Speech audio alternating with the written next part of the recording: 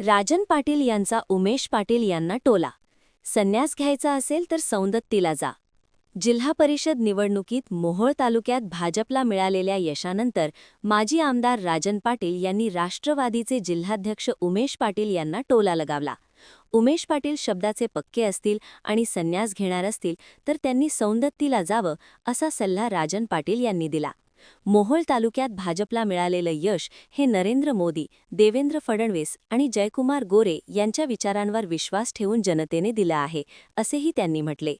उमेश पाटील यांनी आता तरी शहाणं व्हावं. मोहोळ तालुका सुसंस्कृत तालुका आहे, अशी टीकाही त्यांनी केली. खोटी आश्वासने देणे, टीका टिप्पणी करणे मान्य नाही, हा जनतेने दिलेला संदेश आहे, असे ते म्हणाले. तसेच उमेश पाटील शब्दाचे पक्के असतील आणि संन्यास घेणार असतील तर मोहोळचे महम्मद आहेत, त्या महम्मदांकडून ड्रेस देतो, तो ड्रेस घेऊन त्यांनी सौंदत्तीला जावं, हा मी त्यांना सल्ला देतो, असा टोला राजन पाटील यांनी लगावला.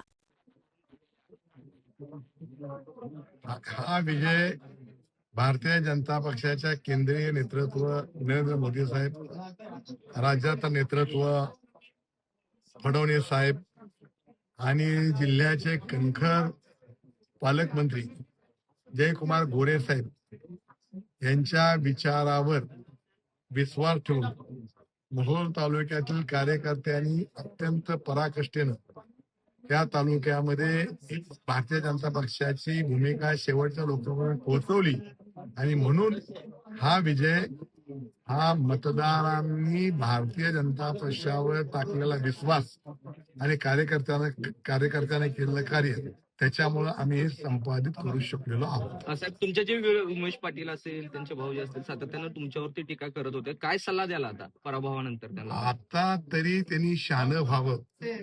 शहाणे असतील तर त्यांनी शहाणं व्हावं. मोहोळ तालुका ही सुसंस्कृत तालुका आहे, सुसंस्कृत विचारधारेनं चालणारा तालुका आहे. त्यामुळे या तालुक्याला अशा प्रकारची टीका टिप्पणी करणं, खोटं बोलणं, खोटी आश्वासनं देणं हे मान्य नाही. हा या निमित्तानं जनतेनं संदेश दिलेला आहे.